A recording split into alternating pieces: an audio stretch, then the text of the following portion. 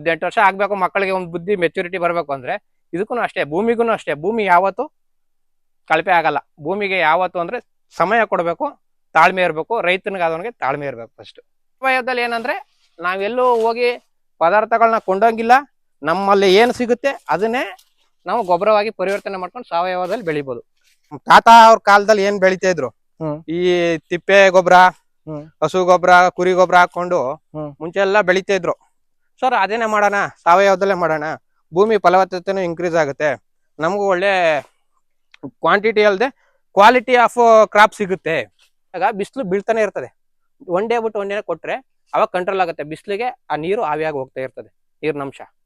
Next ಇದು ಬೆಳೆದಾಗ ಈ ತರ ಬಿಸಿಲು ಕಮ್ಮಿ ಆದಾಗ ನೀರ್ ಜಾಸ್ತಿ ಕೊಟ್ಟಷ್ಟು ಕೆಂಚು ರೋಗ ಬರುತ್ತೆ, ಎಲೆ ಕೆಂಚು. ಅವಾಗ ಅದು ಕಂಟ್ರೋಲ್ ಮಾಡಕ್. ನಮಸ್ಕಾರ ನನ್ನ ವೀಕ್ಷಕರ, ಮತ್ತೊಮ್ಮೆ ನಿಮ್ಮೆಲ್ಲರೂ ನೈಸರ್ಗಿಕ ಬದುಕು ಚಾನೆಲ್ಗೆ ಸ್ವಾಗತ, ಸುಸ್ವಾಗತ. ನೀವೆಲ್ಲ ಈಗ ಒಂದು ತಿಂಗಳ ಹಿಂದೆ ಓದಿರ್ತೀರ ಪೇಪರಲ್ಲೆಲ್ಲ ನಮ್ಮ ನಂಜನಗೂಡು ರಸಬಾಳೆ ಬಂದು ಮಾಲ್ಡೀವ್ಸ್ ವರ್ಗೂ ತಲುಪಿದೆ ಅಂತ. ಒಂದಷ್ಟು ವರ್ಷದಿಂದ ಇದನ್ನ ಬೆಳೆಯಕ್ಕೆ ಜನ ತುಂಬಾ ಭಯ ಪಡ್ತಿದ್ರು. ಇದ್ರಲ್ಲಿ ಬರ್ತಾ ಇರೋಂಥ ರೋಗಗಳು, ಕೀಟ ಬಾಧೆಗಳಿಗೆ. ಇಲ್ಲೊಬ್ರು ರೈತರು, ಸರ್ ಬನ್ನಿ, ನಾನು 10 ವರ್ಷದಿಂದ ಬೆಳೀತಾ ಇದ್ದೀನಿ, ನಾವು ಮತ್ತೆ ನಮ್ಮ ತಂದೆ ಎಲ್ಲ ಸೇರ್ಕೊಂಡು ನಾವು ಇಲ್ಲಿವರೆಗೂ ಒಂದೇ ಒಂದು ಡ್ರಾಪ್ ಕೂಡ ಕೆಮಿಕಲ್ ಹಾಕಿಲ್ಲ ಅಂತ ಹೇಳ್ತಾ ಇದಾರೆ. ಬನ್ನಿ ನೋಡೋಣ ಯಾವ ತರ ಇದೆ. ಇವರ ನಂಜನಗೂಡು ರಸಬಾಳೆ ಕೃಷಿ. ಸರ್ ನಮಸ್ತೆ, ನಿಮ್ ಪರಿಚಯ ಮಾಡ್ಕೊಳ್ಳಿ ಸರ್. ಸರ್ ನಮಸ್ಕಾರ, ನನ್ನ ಹೆಸರು ಮಲ್ಲಿಕಾರ್ಜುನ್ ಅಂತ. ನಮ್ದು ಮೈಸೂರು ಜಿಲ್ಲೆ ನಂಜನಗೂಡು ತಾಲೂಕು ಕುರಟ್ಟಿ ಗ್ರಾಮ. ಕುರಟ್ಟಿ ಗ್ರಾಮದಲ್ಲಿ ನಮ್ದು ಜಮೀನಿದೆ, ಒಂದು 6 ಎಕರೆ ಬರುತ್ತೆ. ಅದರಲ್ಲಿ ನಮ್ಮ ತಂದೆ ಜೊತೆ ನಾವು ಕೆಲಸ ಮಾಡಿಕೊಂಡು ಬಾಳೆ, ತರಕಾರಿ ಮತ್ತು ಫ್ರೂಟ್ಸ್ದು ಎಲ್ಲ ವ್ಯವಸಾಯ ಮಾಡ್ತಾ ಇದ್ವಿ. ಜೊತೆಗೆ ನಾವು ಕೆಲಸಕ್ಕೆ ಹೋಗ್ಕೊಂಡು ಜೊತೆಗೆ ನಮ್ಮ ತಂದೆಗೆ ಸಪೋರ್ಟ್ ಮಾಡ್ಕೊಂಡು ವೀಕೆಂಡಲ್ಲಿ ಅಥವಾ ಶಿಫ್ಟ್ ಇದ್ದಾಗ, ಫಸ್ಟ್ ಶಿಫ್ಟ್ ಸೆಕೆಂಡ್ ಶಿಫ್ಟಲ್ಲಿ ಡ್ಯೂಟಿ ಇದ್ದಾಗ ಯಾವ್ದಾದ್ರು ಒಂದು ಶಿಫ್ಟಲ್ಲಂತೂ ಕೆಲಸ ಮಾಡ್ತಾ ಇರ್ತಿತ್ತು ನಮ್ಮ ತಂದೆ ಜೊತೆ. ಇದು ಓಕೆ ಸರ್, ನಿಮ್ಮಲ್ಲಿ ಮುಖ್ಯ ಬೆಳೆಗಳು ಏನೇನು ಸರ್ ನಿಮ್ಮದು? ಸರ್ ನಮ್ಮಲ್ಲಿ ಮುಖ್ಯ ಬೆಳೆ ಬಂದ್ಬಿಟ್ಟು ತರಕಾರಿ, ಟೊಮೊಟೊ, ಬದನೆ, ಮೆಣಸಿ, ಮತ್ತು ಇನ್ನು ಅದಷ್ಟಾದ್ಮೇಲೆ ಬನಾನಾ, ಪಪ್ಪಾಯ, ಕಲ್ಲಂಗಡಿ, ಇಷ್ಟು ಬೆಳಿತೀವಿ ಸರ್ ಮೇಜರು. ಇನ್ನು ಬಂದ್ರೆ ಇದೆಲ್ಲ ನಮ್ಗೆ ನೀರಾವರಿ ಆಧಾರಿತ. ಇನ್ನು ಮಳೆ ಆಧಾರಿತ ಬಂದ್ರೆ ಉರುಳಿ, ಜೋಳ, ಮತ್ತೆ ಹತ್ತಿ, ಕಾಟನ್ ಇಷ್ಟು ಬೆಳಿತೀವಿ ಮಳೆ ಆಧಾರಿತವಾಗಿ. ನೀರಾವರಿಲಿ ಎಲ್ಲಾ ತರ ಫ್ರೂಟ್ಸು, ವೆಜಿಟೇಬಲ್ಸ್ ಜಾಸ್ತಿ. ಕಬ್ಬಂತೂ ಇಲ್ಲ, ಕಬ್ಬಿಗೆ ಅಷ್ಟು ನೀರು ಸಾಕಾಗಲ್ಲ ನಮ್ಗೆ. ಸೊ ಅಷ್ಟು ಮೇಜರ್ ಇಲ್ಲಿ ಈ ಪ್ರಾಂತ್ಯದಲ್ಲಿ. ಬಾಳೆಯಲ್ಲಿ ಯಾವ ವಿಧದ ಬಾಳೆ ಸರ್ ನೀವು ಜಾಸ್ತಿ? ಬಾಳೆಯಲ್ಲಿ ಏಲಕ್ಕಿ ಸರ್ ಒಂದು, ಆಮೇಲೆ ನೇಂದ್ರ, ಆಮೇಲೆ ಪಚ್ಚಬಾಳೆ, ಆಮೇಲೆ ಬಂದು ನಂಜನಗೂಡು ರಸಬಾಳೆ. ಇತ್ತೀಚೆಗೆ ಜಾಸ್ತಿ ಅದು ಒಲವು. ಒಂದು 10 years ಇಂದ, 10 years ಬ್ಯಾಕ್ ನಂಜನಗೂಡು ರಸಬಾಳೆ ಅಂದ್ರೆ ಕೇಳ್ತಾ ಇದ್ವೋ, ನೋಡ್ತಾ ಇರ್ಲಿಲ್ಲ. 10 years ಇಂದ ಈ ಕಡೆಗೆ ಬಂದ್ರೆ ಅದು ನೋಡ್ಕೊಂಡು ತಿನ್ಕೊಂಡು ಆರಾಮಾಗಿ, ಅದರಲ್ಲೂ ಸಾವಯವ. ಇತ್ತೀಚೆಗೆ ಸಾವಯವ. ಸಾವಯವ ಇಲ್ಲ ಅಂದ್ರೆ ನಾನು ಬರೋದೇ ಇಲ್ಲ ಸರ್. ಇಲ್ಲ, ಸಾವಯವ ಇತ್ತೀಚೆಗೆ ಜಾಸ್ತಿ ಆಗ್ತದೆ. ಯಾಕಂದ್ರೆ ನಾವು ಸಾವಯವ ಮುಂಚೆ ಜಮೀನಲ್ಲಿ ಖರ್ಚು ಮಾಡ್ಬೇಕು ಅಂದ್ರೆ, ನನಗೆ 1 ಲಕ್ಷ 1 ಎಕರೆ ಖರ್ಚು ಮಾಡಿದ್ರೆ ನಾನು 1 ರಿಂದ 2 ರಿಂದ 3 ಲಕ್ಷ ತೆಗಿಬೇಕು. ಸೊ ನನ್ನ ಖರ್ಚು ಇಲ್ಲಿ ಜಾಸ್ತಿ ಆಗ್ತಾ ಇದೆ. ಸಾವಯವ ಆಗಿರೋದು, ಕೆಮಿಕಲ್ ಆಗಿರ್ಬೋದು, ಯಾವ್ದೋ ಒಂದು ರೋಗ ಬಂತು, ಕೆಮಿಕಲ್ಗೆ ಒಂದು ಫರ್ಟಿಲೈಸರ್ಸ್ ಅಂಗಡಿಗೆ ಹೋಗಿರ್ತೀನಿ, ಅವ್ರು ಬರ್ದಿದ್ದು ತಂದು ಕೊಡ್ತೀವಿ, ಮಾಡ್ತೀವಿ ಅಷ್ಟೇ. ಅದ್ರ ಬಗ್ಗೆ ಏನ್ ನಾಲೆಡ್ಜು ಇರಲ್ಲ. ಅದ್ರಲ್ಲಿ ಇನ್ಗ್ರೀಡಿಯೆಂಟ್ ಏನ್ ಹಾಕಿರ್ತಾರೆ, ಏನ್ ಕೊಟ್ಟಿರ್ತಾರೆ, ಅದೆಲ್ಲ ನಾವು ನೋಡೋದು ಇಲ್ಲ ಒಂದೊಂದಾಗಿ. ಇತ್ತೀಚೆಗೆ ಏನಾಯ್ತು, ಇಲ್ಲ ಭೂಮಿ ಫಲವತ್ತತೆ ಹಾಳಾಗುತ್ತೆ. ನಾವು ಸ್ವಲ್ಪ ನಾಲೆಡ್ಜ್ ಆಗಿ ಬಂದ್ಮೇಲೆ ನಮ್ಮ ತಂದೆನೂ ವ್ಯವಸಾಯ ಮಾಡ್ಕೊಂಡು ಜೊತೆಲಿ ಅದ್ರ ಬಗ್ಗೆ ಮಾತಾಡ್ಕೊಂಡು ಹೋದಾಗ, ಇಲ್ಲ ಭೂಮಿ ಸುಮ್ನೆ ಹಾಳಾಗುತ್ತೆ, ಈ ವರ್ಷ ಬೆಳೆದ್ರೆ ಮುಂದ್ ವರ್ಷ ಬೆಳೆಯಕ್ಕಾಗಲ್ಲ, ಆತರ ಒಂದ್ ಸ್ವಲ್ಪ ನಾಲೆಡ್ಜ್ ಬಂದ್ಮೇಲೆ, ಇಲ್ಲ ನಾವ್ ಇದೆಲ್ಲ ಬೇಡ, ನಮ್ ತಾತ ಅವ್ರ ಕಾಲದಲ್ಲಿ ಏನ್ ಬೆಳಿತಾ ಇದ್ರು, ಈ ತಿಪ್ಪೆ ಗೊಬ್ಬರ, ಹಸು ಗೊಬ್ಬರ, ಕುರಿ ಗೊಬ್ಬರ ಹಾಕೊಂಡು ಮುಂಚೆ ಎಲ್ಲ ಬೆಳಿತಾ ಇದ್ರು. ಸರ್ ಅದೇನೇ ಮಾಡೋಣ, ಸಾವಯವದಲ್ಲೇ ಮಾಡೋಣ. ಭೂಮಿ ಫಲವತ್ತತೆನೂ ಇನ್ಕ್ರೀಸ್ ಆಗುತ್ತೆ, ನಮಗೂ ಒಳ್ಳೆ ಕ್ವಾಂಟಿಟಿ ಅಲ್ಲದೆ ಕ್ವಾಲಿಟಿ ಆಫ್ ಕ್ರಾಪ್ ಸಿಗುತ್ತೆ. ಸೊ ಆ ಉದ್ದೇಶದಿಂದ ನಾವು ಸಾವಯವಕ್ಕೆ ಬಂದು ಒಂದು 15 ವರ್ಷದಿಂದ ಸಾವಯವ. ಇತ್ತೀಚೆಗೆ ನಂಜನಗೂಡು ರಸಬಾಳೆ, ಅದರಲ್ಲೂ ಒಂದು 9 years ಇಂದ ನಂಜನಗೂಡು ರಸಬಾಳೆ ಬೆಳಿತಾ ಇದೀವಿ ಸರ್. ಯಾಕಂದ್ರೆ ತುಂಬಾ ಜನ ತಲೆಯಲ್ಲೋ ಇಲ್ಲ ಈ ಊಹಾಪೋಹನೋ ನಮ್ಮ ಅಂತ ಜನಗಳ ಭ್ರಮೆನೋ ಗೊತ್ತಿಲ್ಲ. ಎಲ್ಲ ನಂಜನಗೂಡು ರಸಬಾಳೆ ಅಂದ್ರೆ ರೋಗ ರೋಗ ರೋಗ ಅಂತಾರೆ. ಅದು ಕೆಮಿಕಲ್ ಹಾಕ್ದೆ ಬೆಳೆಯಕ್ಕೆ ಆಗಲ್ಲ ಅಂತ ಹೇಳ್ತಾರೆ. ಸೊ ನಾನ್ ನಿಮ್ನ ಇಲ್ಲಿ ಹುಡಿಕೊಂಡ್ ಬಂದಿದ್ದು ಅದೇ ರೀಸನ್ಗೆ. ಯಾಕೆ ಅಂದ್ರೆ ನೀವು ಸಾವಯವದಲ್ಲಿ ನಂಜನಗೂಡು ರಸಬಾಳೆ ಬೆಳಿತಾ ಇದ್ದೀರಾ. ಅದು ನೋಡಿ ಎಂತ ಒಳ್ಳೆ ಕತ್ತಿ ಕಂದಿದು, ಸಖತ್ತಾಗಿ ಬಂದಿದೆ ಕತ್ತಿ ಕಂದು. ಸೊ ಈ ತರ ಏನಕ್ಕೆ ಜನಗಳ ಕೈಯಲ್ಲಿ ಬೆಳೆಯಕ್ ಆಗ್ತಿಲ್ಲ ಸರ್ ಈ ನಂಜನಗೂಡು ರಸಬಾಳೆನ? ಬಟ್ ನೀವೀಗ ಈ ತರ ಕೆಮಿಕಲ್ ಹಾಕ್ದಿದ್ರೆ ಬೆಳೀತಾ ಇದ್ರಲ್ಲ, ಸೊ ಯಾವ ತರ ಬೆಳೀತಾ ಇದ್ದೀರಾ? ಫಸ್ಟ್ ನೀವ್ ಯಾವ ತರ ಬೆಳೀತಾ ಇದ್ದೀರಾ ಅಂತ ಹೇಳ್ಬೋದಾ? ಏನೇನೆಲ್ಲ ಕೊಡ್ತೀರಾ, ಹೇಗೆ, ಹೇಳ್ತೀವಿ ಏನು ಅಂತ ಹೇಳ್ತೀವಿ. ಫಸ್ಟ್ ಕ್ರಾಪ್ ಮಾಡೋಕ್ಕೂ ಮುಂಚೆ ಇವಾಗ ನಮ್ಗೆ ಸಾವಯವದಲ್ಲೇ ಕಂದಂತೂ ಸಿಗಲ್ಲ. ಟಿಶ್ಯೂ ಕಲ್ಚರ್ ಅಲ್ಲಿ ಹೋಗಿ ತಗೊಂಡ್ಬರ್ಬೇಕು ಪೈರ್ ಮಾತ್ರ. ಇಲ್ಲ ಅಂದ್ರೆ ನಾವು ಕಂದ್ ತಗೋತೀವಿ ಅಂದ್ರೆ ಬೇರೆ ಜಮೀನಿಂದ ತಗೊಂಡ್ಬರ್ಬೇಕು. ಎರಡೇ ಆಪ್ಷನ್. ಈಗ ಟಿಶ್ಯೂ ಕಲ್ಚರ್ ಅಲ್ಲಿ ನಾವು ಪೈರ್ ತರಬೇಕು, ಇಲ್ಲ ಬೇರೆ ತೋಟ ಜಮೀನಲ್ಲಿ ಯಾರು ರಸಬಾಳೆ ಬೆಳೆದಿರ್ತಾರೆ ಅವ್ರ ಹತ್ರ ಕಂದ್ ತರಬೇಕು. ಟಿಶ್ಯೂ ಕಲ್ಚರ್ ಅಲ್ಲಿ ತರದ ಇದ್ರಲ್ಲಿ ತರದ ಅಂತ ನೋಡಿದಾಗ ನಾವು ಮೇಜರ್ ಫ್ಲಾಟ್ ಅಲ್ಲೇ ಹೋಗ್ತೀವಿ ಫಸ್ಟ್. ಯಾಕೆ? ಕಂದಲ್ಲೇ ಹೋಗ್ತೀವಿ ಫಸ್ಟ್. ಯಾಕಂದ್ರೆ ಅಲ್ಲಿ ಜಾಸ್ತಿನೂ ದುಡ್ಡು, ಅದು ಒಂದ್ ಕ್ರಾಪ್.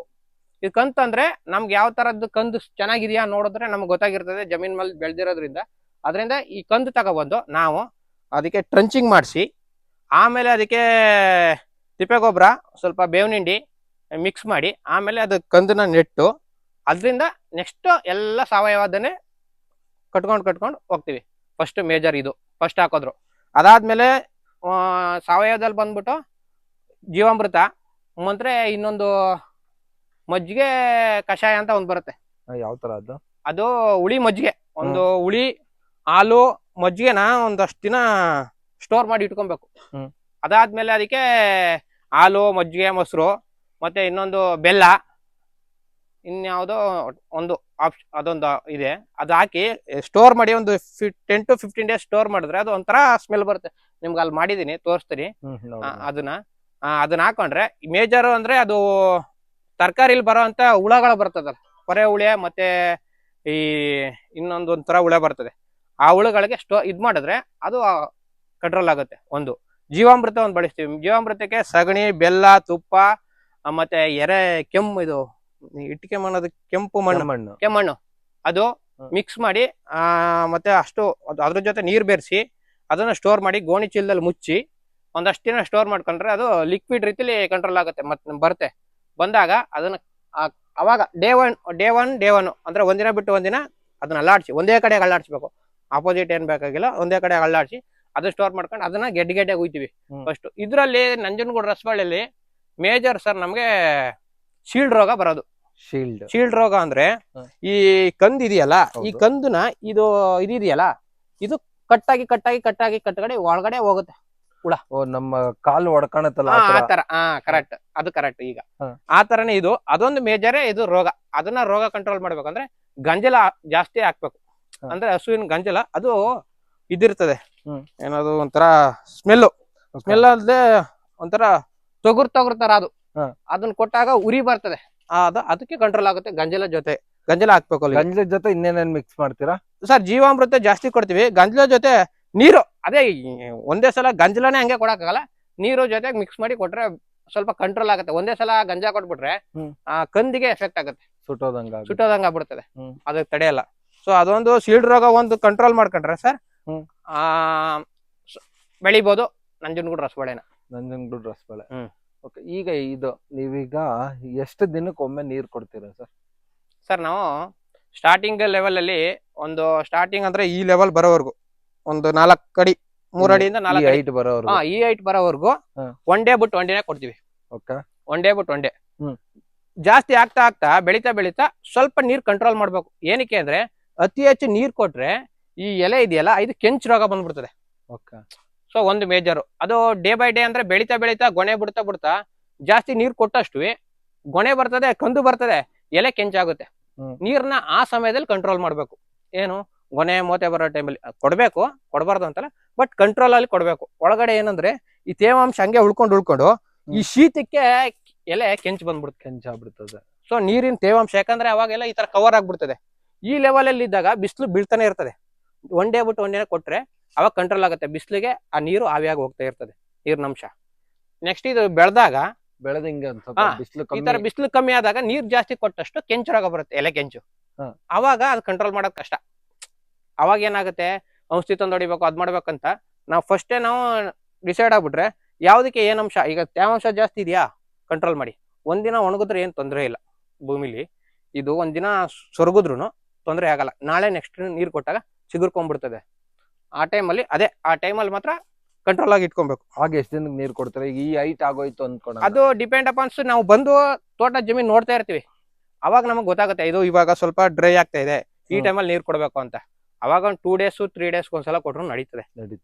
ಅದು ತೇವಾಂಶದ ಮೇಲೆ ಡಿಪೆಂಡ್. ಅದೇ ತೇವಾಂಶ ಕಾಪಾಡ್ಕೊಬೇಕು, ಎಷ್ಟ್ ಕಮ್ಮಿ ಆದ ತೇವಾಂಶ ಆಗ ನೀರ್ ಕೊಡ್ಬೇಕು. ಹೌದು ಸರ್, ಈ ತರ ಬೆಳಿಬೋದು ಸರ್ ಆರಾಮ. ಸಾವಯವದಲ್ಲಿ ಬೆಳಿಬೋದು. ನಮ್ಮ ಅನಿಸಿಕೆ ಅಂದ್ರೆ ನಾವು ಬೆಳ್ದಿರೋದ್ರಿಂದ ಹೇಳ್ತಾ ಇರೋದು. ಮತ್ತೆ ಇಲ್ಲಿ ಯಾಕೆ ಸರ್ ಈ ತರ ಎಲ್ಲ ಕಟ್ ಮಾಡೆಲ್ಲ ಇಲ್ಲಿ ಹಾಕ್ಬಿಟ್ಟಿದ್ರೆ ಈಗ ಸರ್ ಇದು ಒಂಥರ ಗೊಬ್ಬರ ಆಗುತ್ತೆ ನಿಮ್ಗೆ. ಯಾವ ತರ ಇವಾಗ ಇದನ್ನ ಕಂಪ್ಲೀಟ್ ಆಗಿ ಇದ್ ಮಾಡ್ಕೊಂಡ್ಬಿಟ್ರೆ, ತಂದು ಹೊರಗಡೆ ಸ್ಟೋರ್ ಮಾಡ್ಕೊಂಡ್ಬಿಟ್ರೆ, ಇವಾಗ ನಾವು ಕಟಾವೆಲ್ಲ ಮುಗಿದ್ಮೇಲೆ ಇದನ್ನ ರೋಟ್ರಿ ಹೊಡಿಸಿ ಇದಕ್ಕೆ ಮಲ್ಚಿಂಗ್ ಮಾಡ್ತೀವಿ. ಕಟಾವೆಲ್ಲ ಆದ್ಮೇಲೆ ಸೊ ಇದು ಒಣ ಗೊಬ್ಬರದಲ್ಲಿ ಈ ನಮ್ಗೆ ಚಾಪ್ ಕಟ್ರ್ ಬರ್ತದಲ್ಲ, ಅದು ಕೊಟ್ಬಿಟ್ರೆ ಮಿಕ್ಸ್ ಆಗ್ಬಿಟ್ರೆ ಈ ತೆಂಗಿನ ಗರಿ ಇದು ಎಲ್ಲ ಒಣ ಗೊಬ್ಬರದಲ್ಲಿ ಈಗ ತಿಪ್ಪೆ ಗೊಬ್ಬರಕ್ಕೆ ಹಾಕಿ ಸಗಣಿ ಮತ್ತೆ ಇದನ್ನ ಮಿಕ್ಸ್ ಮಾಡ್ಬಿಟ್ರೆ ಒಂದು 1 ಮಂತ್ ಬಿಟ್ಕೊಂಡ್ರೆ ಇದು ಗೊಬ್ಬರ ಆಗಿರ್ತದೆ. ಸೊ ಆ ಉದ್ದೇಶಕ್ಕೆ ತಿಪ್ಪೆಗೆ ಹಾಕೋ ಬದಲು ಇದನ್ನ ಇಲ್ಲೇ ಮಲ್ಚಿಂಗ್ ಮಾಡ್ತೀವಿ. ಲಾಸ್ಟ್ ಕಟಾವಲ್ಲಿ ಎಲ್ಲ ಕಟಿಂಗ್ ಆದ್ಮೇಲೆ ರೋಟ್ರಿ ಹೊಡಿಸಿದ್ರೆ ಅದು ಮಲ್ಚಿಂಗ್ ಆಗುತ್ತೆ, ಒಳಗಡೆ ಕೊಳಿತದೆ ಭೂಮಿ ಒಳಗಡೆ, ಅದೊಂಥರ ಗೊಬ್ಬರ. ಇಷ್ಟು ಒಟ್ನಲ್ಲಿ ಎಲ್ಲಾ ರೀತಿಲೂ ಸರ್ ಸಾವಯವದಲ್ಲಿ ಏನಂದ್ರೆ ನಾವೆಲ್ಲೂ ಹೋಗಿ ಪದಾರ್ಥಗಳನ್ನ ಕೊಂಡೋಗಿಲ್ಲ. ನಮ್ಮಲ್ಲಿ ಏನ್ ಸಿಗುತ್ತೆ ಅದನ್ನೇ ನಾವು ಗೊಬ್ಬರವಾಗಿ ಪರಿವರ್ತನೆ ಮಾಡ್ಕೊಂಡು ಸಾವಯವದಲ್ಲಿ ಬೆಳಿಬಹುದು. ಯಾವುದೇ ಒಂದು ತ್ಯಾಜ್ಯ ಜಮೀನಲ್ಲಿ ಸಿಗುವಂತ ಏನು ಕ್ರಾಪ್ ಅಲ್ಲಿ ಸಿಗುವಂತ ತ್ಯಾಜ್ಯನೂ ಗೊಬ್ಬರ ಮಾಡ್ಬೋದು ಸರ್. ಸೊ ಯಾವುದೇ ರೀತಿಯಾದಂತ ತ್ಯಾಜ್ಯ ವೇಸ್ಟ್ ಅಲ್ಲ. ಸಾವಯವದಲ್ಲಿ ಯಾವ್ದು ವೇಸ್ಟ್ ಅಲ್ಲ ಸರ್. ಯಾವುದೇ ಒಂದು ಇದು ಏನಪ್ಪಾ ಇದು ಬೇಡ ಇದು ಸುಟ್ಟಾಕ್ ಕೊಡೋಣ, ಕೆಲವೊಬ್ರು ಏನ್ ಮಾಡ್ತಾರೆ, ಬೆಂಕಿ ಕಾಯ್ಬೇಕು ಚಳಿಗೆ ಅಂದ್ರೆ ಇದನ್ನ ಹಾಕೊಂಡ್ಬಿಡ್ತಾರೆ. ಆದ್ರೂ ಇದ್ರಲ್ಲಿ ಗೊಬ್ಬರ, ಆ ಬೂದಿನೂ ಗೊಬ್ಬರ, ಆತರ. ಸೊ ಏನು ಕೂಡ ವೇಸ್ಟ್ ಅಲ್ಲ. ಯಾವುದೇ ನಮ್ಮ ಜಮೀನಲ್ಲಿ ಬೆಳೆಯುವಂತ ಪದಾರ್ಥ ತ್ಯಾಜ್ಯ ಅಂತ ಏನ್ ಬರ್ತದೆ ಅದೆಲ್ಲ ಗೊಬ್ಬರನೇ ಆಗುತ್ತೆ. ಸರ್ ಮತ್ತೆ ನೀವ್ ಹೇಳಿದ್ರೆ ಈಗ ಈ ತರ ಬೆಳೆದ್ರೆ ರೋಗ ಕಮ್ಮಿ, ಇಳುವರಿ ಏನ್ ಸಿಕ್ಕುತ್ತೆ ಸರ್? ಇಳುವರಿ ನಿಮ್ಗೆ ಸಾವಯವದಲ್ಲಿ ಯಾವುದೇ ರೀತಿ ನೀವು ಸ್ಟಾರ್ಟಿಂಗ್ ಲೆವೆಲ್ ಇನಿಷಿಯಲ್ ಸ್ಟೇಜ್ ಅಲ್ಲಿ ನಾವು ಯಾವುದೇ ರೀತಿ ಜಾಸ್ತಿ ಇಳುವರಿ ಕಾಣಕ್ಕಾಗಲ್ಲ. ಗುಣಮಟ್ಟ ಮಾತ್ರ ಕಾಣ್ಬೋದು, ಕ್ವಾಂಟಿಟಿ ಸಿಗಲ್ಲ ಸರ್. ಕ್ವಾಲಿಟಿ ಆಫ್ ಪ್ರಾಡಕ್ಟ್ ಅದು ಸಿಗುತ್ತೆ. ಹಂತವಾಗಿ ನಾವು ಹೋಗ್ತಾ ಇದ್ದಾಗೆ ಅದ್ರಲ್ಲೇ ನಾವು ಬೆಳೀತಾ ಹೋದ್ರೆ, ನೀವು ಈ ವರ್ಷ ಬೆಳೆದ್ಬಿಟ್ರೆ ತಕ್ಷಣ ಈ ವರ್ಷ ವ್ಯವಸಾಯ ಮಾಡ್ತಾ ಇದೀನಿ ಸಾವಯವದಲ್ಲಿ ಅಂದ್ರೆ ಯಾವುದೇ ರೀತಿ ನೀವು ಕ್ವಾಂಟಿಟಿ ಸಿಗಲ್ಲ. ಅದಕ್ಕೆ ಟೈಮ್ ಹಿಡಿತದೆ. ಹಂತವಾಗಿ ಗುಣಮಟ್ಟದ ಜೊತೆ ಕ್ವಾಂಟಿಟಿ ಸಿಗುತ್ತೆ, ಕ್ವಾಲಿಟಿ ಆಫ್ ಕ್ವಾಂಟಿಟಿ ಎರಡೂ ಸಿಗುತ್ತೆ. ಬಟ್ ಇನಿಷಿಯಲ್ ಸ್ಟೇಜ್ ಅಲ್ಲಿ ಭೂಮಿ ಹಾಳಾಗಿರ್ತದೆ, ಏನೋ ಕೆಮಿಕಲ್ ಬಳಸಿ ನಾವು ಇವಾಗ ನಾವು ಸಾವಯವ ಆಗ್ತಾ ಇದೀವಿ ಅಂದ್ರೆ ಅದು ಇನಿಷಿಯಲ್ ಸ್ಟೇಜ್ ಅಲ್ಲಿ ನಮ್ಗೆ ಬೇಗ ರಿಯಾಕ್ಟ್ ಮಾಡಕ್ಕಾಗಲ್ಲ ಭೂಮಿ, ಅದಕ್ಕೆ ಸ್ವಲ್ಪ ಟೈಮ್ ಬೇಕು. ಸೊ ಫಸ್ಟ್ ಮಣ್ಣು ಪರೀಕ್ಷೆ ಮಾಡಿಸಿ ಅದ್ರಲ್ಲಿ ಏನಿದೆ ಕ್ವಾಂಟಿಟಿ, ಇದ್ರಲ್ಲಿ ಏನ್ ಸತ್ವಗಳಿದೆ ಚೆಕ್ ಮಾಡಿಸಿ ಆಮೇಲೆ ಸಾವಯವ ಬಳಸ್ಕೊಂಡು ಅದಾದ್ಮೇಲೆ ಹಂತವಾಗಿ ವರ್ಷ ಬಿಟ್ಟು ವರ್ಷ ಅಂತ ಮ್ಯಾಕ್ಸ್ ಟು ಮ್ಯಾಕ್ಸ್ 3 years ಅಲ್ಲಿ ನಾವು ಮಾಡ್ಬೋದು ಸರ್. 3 ವರ್ಷ.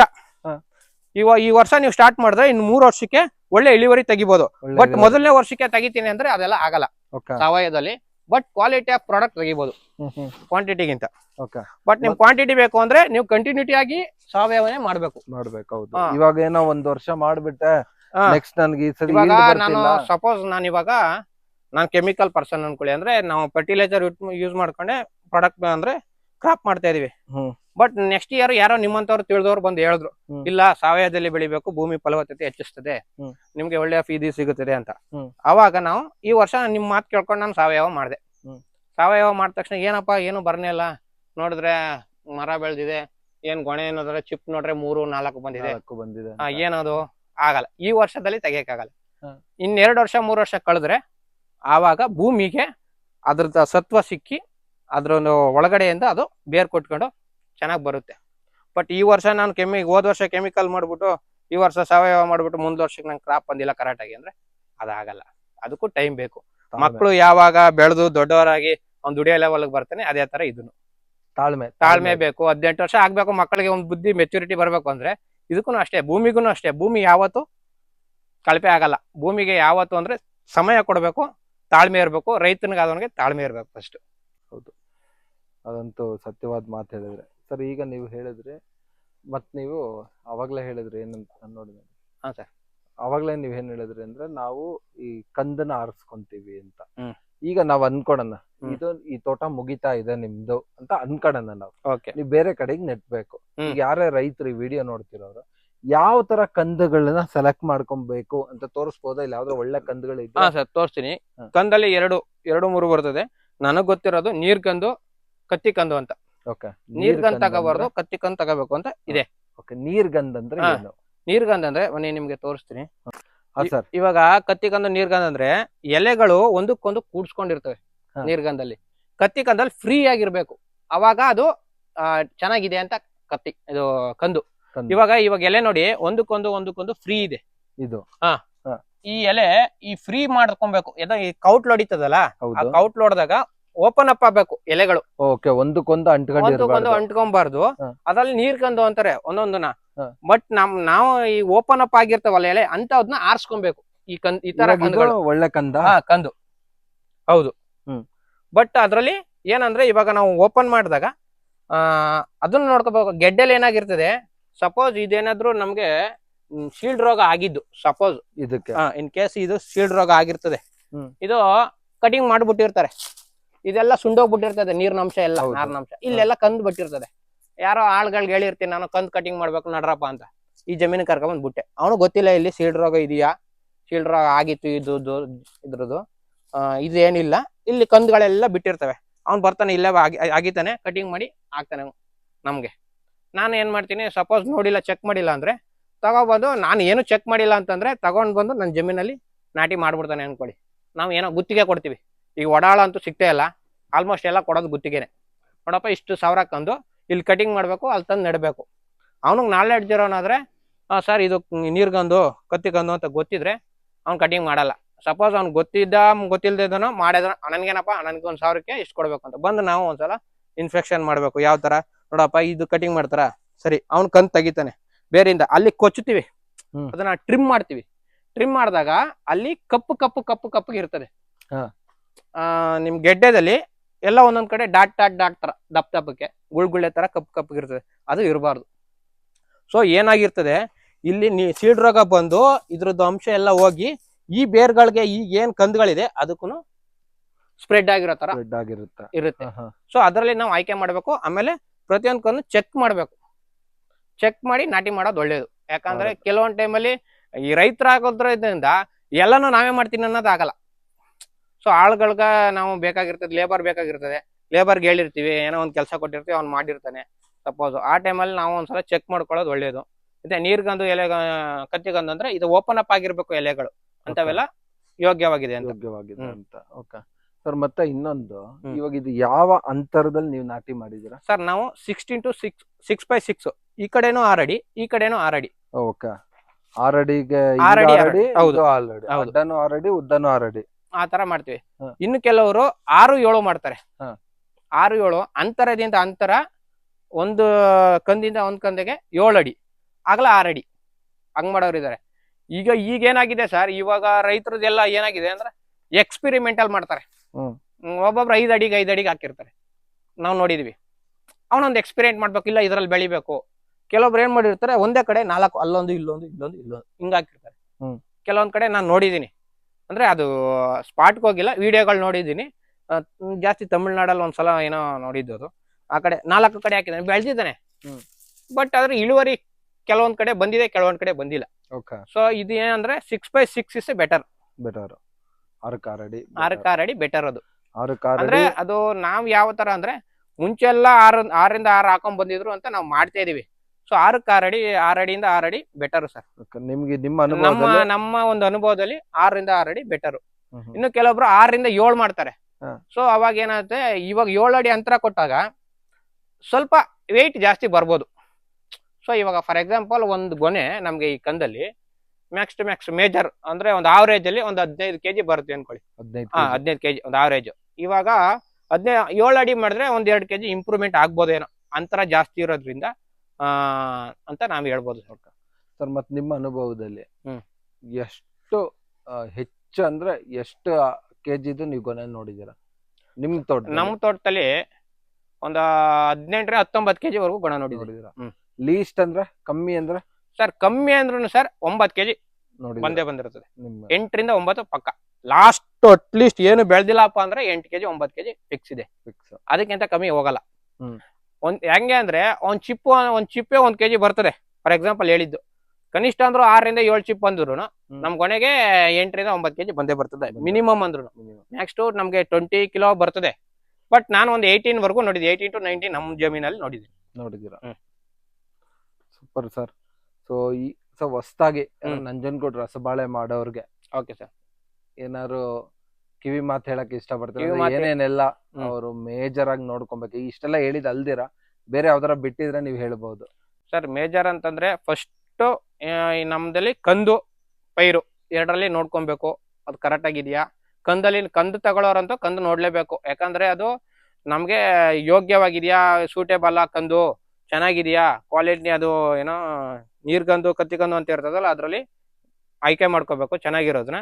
ಆಯ್ಕೆ ಮಾಡ್ಕೊಂಡು ಮತ್ತೆ ನಾಟಿ ಮಾಡುವಾಗ ಅಷ್ಟೇ ಮುಂಚಿತವಾಗಿನೇ ಅದಕ್ಕೆ ಬೇವಿನ ಹಿಂಡಿ ಮತ್ತೆ ಗೊಬ್ಬರ ಮಿಕ್ಸ್ ಮಾಡಬೇಕು. ಯಾವ್ದಕ್ಕೆ? ಮಣ್ಣು ಜೊತೆ ಮಿಕ್ಸ್ ಮಾಡಿ ಹಾಕೋದ್ರಿಂದ ಬೆಟರ್ ಸರ್. ಅಲ್ಲಿಂದ ಸ್ಟಾರ್ಟ್ ಆಗುತ್ತೆ ಅದು.